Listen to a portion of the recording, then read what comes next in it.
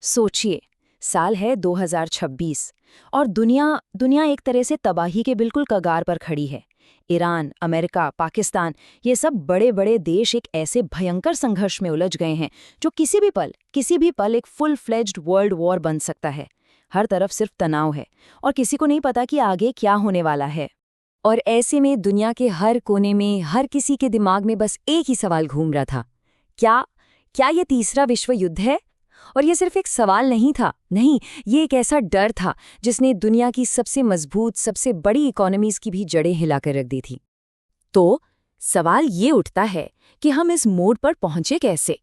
चलिए थोड़ा पीछे चलते हैं और समझने की कोशिश करते हैं कि ये सब आखिर शुरू कहाँ से हुआ।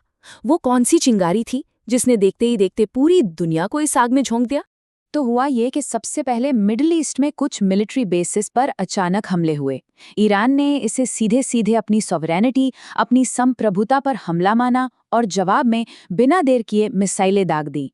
अब इसके रिएक्शन में अमेरिका ने भी तुरंत अपने सबसे खतरनाक हथियार मैदान में उतार दिए, एयरक्राफ्ट कैरियर्स और F-35 लड़ाकू विमान। बस यहीं से एक बहुत ही खतरनाक खेल की शुरुआत हो गई थी।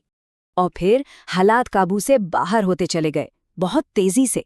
ये आग जो दो देशों के बीच लगी थी वो अब फैली और खाड़ी के दूसरे देश भी इसमें खिंचते चले गए।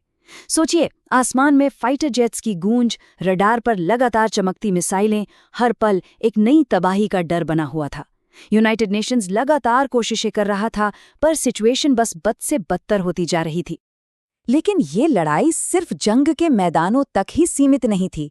इसकी लपटें इतनी तेज थीं कि जल्दी ही इसने पूरी दुनिया को अपनी चपेट में ले लिया। और इसका असर हर देश पर, हर बाजार पर और हर एक इंसान पर पड़ा। पूरी ग्लोबल इकोनॉमी, मतलब समझिए, 4 पिलर्स पर ढह गई। सबसे पहले तो आया ऑयल क्राइसिस। तेल की कीमतें आसमान छूने लगीं और पूरी सप्लाई चेन ठप पड़ गई। दूसरा, दुनिया भर के स्टॉक मार्केट्स क्रैश, बुरी तरह गिरे। तीसरा, जो इंटरनेशनल ट्रेड रूट्स थे वो अनसेफ हो गए, तो व्यापार रुक गया। और चौथा, और ये बहुत खतरनाक था, साइबर वॉर। इसने इंटरनेट और हमारे क्रिटिकल इंफ्रास्ट्रक्चर को अपना निशाना बनाया।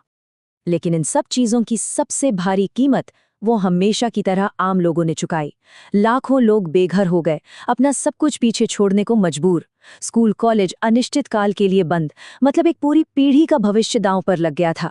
एक तरफ ईरान के शहरों में खौफनाक सायरन की आवाजें गूंजती थीं, तो दूसरी तरफ अमेरिका की सड़कों पर बड़े बड़े एंटी वॉर प्रोटेस्ट हो रहे थे। देश अलग थे, पर दर्द सबका एक जैसा था। अच्छा, अब इस बड़े ग्लोबल क्राइसिस से थोड़ा हटकर एक खास केस स्टडी पर नजर डालते हैं। ये हमें दिखाएगा कि जंग का असर सबसे कमजोर कड़ियों पर कितना भयानक होता है। हम बात कर रहे हैं पाकिस्तान की। चलिए वहां की जमीनी हकीकत को समझते हैं। यहाँ पर ना एक बहुत बड़ा और साफ फर्क नजर आता है। देखिए, एक तरफ थी अमेरिका और ईरान जैसी सुपर पावर्स जो अपनी मिलिट्री ताकत और हथियारों की होड़ में लगी थी, और दूसरी तरफ था पाकिस्तान, एक कमजोर इकोनॉमी जो अपनी सीमाओं पर सुरक्षा के दबाव, IMF के भारी कर्ज और कंट्रोल से बाहर हो चुकी महंगाई के बोझ तले पूरी तरह से टूट रहा था। और जमीन पर जो हकीकत थी वो तो और भी ज्यादा डरावनी थी। आर्थिक बदहाली का आलम यह था कि लोगों के पास लिटरली खाने तक के पैसे नहीं थे। एनर्जी क्राइसिस इतना गहरा गया कि बड़े बड़े शहर अंधेरे में डूब गए, घंटों तक बिजली नहीं। और इन सब के ऊपर एक जबरदस्त साइकोलॉजिकल प्रेशर। सिर पर जंग का खतरा मंडरा रहा था और जेबें बिल्कुल खाली थीं। तो एक तरफ जब दुनिया तबाही के बिल्कुल मुहाने पर खड़ी थी, तो दूसरी तरफ पर्दे के पीछे इस आग को बुझाने की एक बेताब कोशिश भी चल रही थी। डिप्लोमेसी का जो प्रेशर कुकर था वो समझिए उबल रहा था। ये जो सीज फायर की कोशिशें थी ना, ये मेनली 3 लेवल्स पर चल रही थी। पहला तो था यूनाइटेड नेशंस का इंटरनेशनल प्रेशर जो लगातार पीस टॉक्स की अपील कर रहा था। दूसरा लेवल था यूरोपियन और एशियन पावर्स का डिप्लोमेटिक दखल जो बीच बचाव की कोशिश में लगे थे। और तीसरा था पर्दे के पीछे का खेल, सीक्रेट मीटिंग्स, तनाव भरी बातचीत, जहां असली पॉलिटिकल दांव-पेच चल रहे थे। और फिर आखिरकार वो खबर आई जिसका पूरी दुनिया को इंतजार था। सीज फायर, युद्ध विराम की घोषणा हो गई। सबने एक राहत की सांस ली। लेकिन, और ये लेकिन बहुत जरूरी है, ईरान और अमेरिका के बीच ये समझौता सिर्फ एक टेम्परेरी सीज़फायर था। मतलब शांति तो थी, पर बहुत ही नाजुक, एक कच्चे धागे जैसी।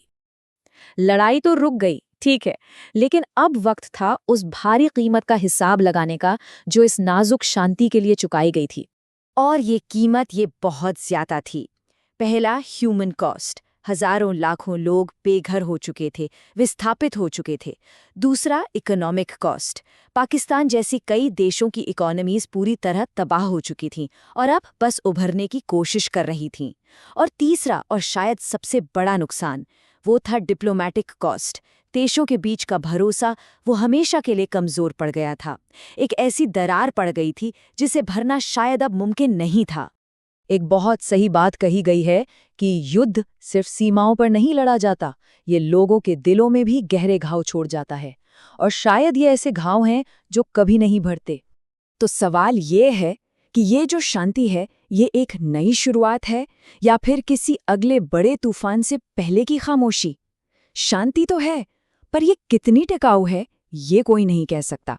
हर सीज़फायर, हर युद्ध विराम इंसानियत को एक और मौका देता है सही रास्ता चुनने का।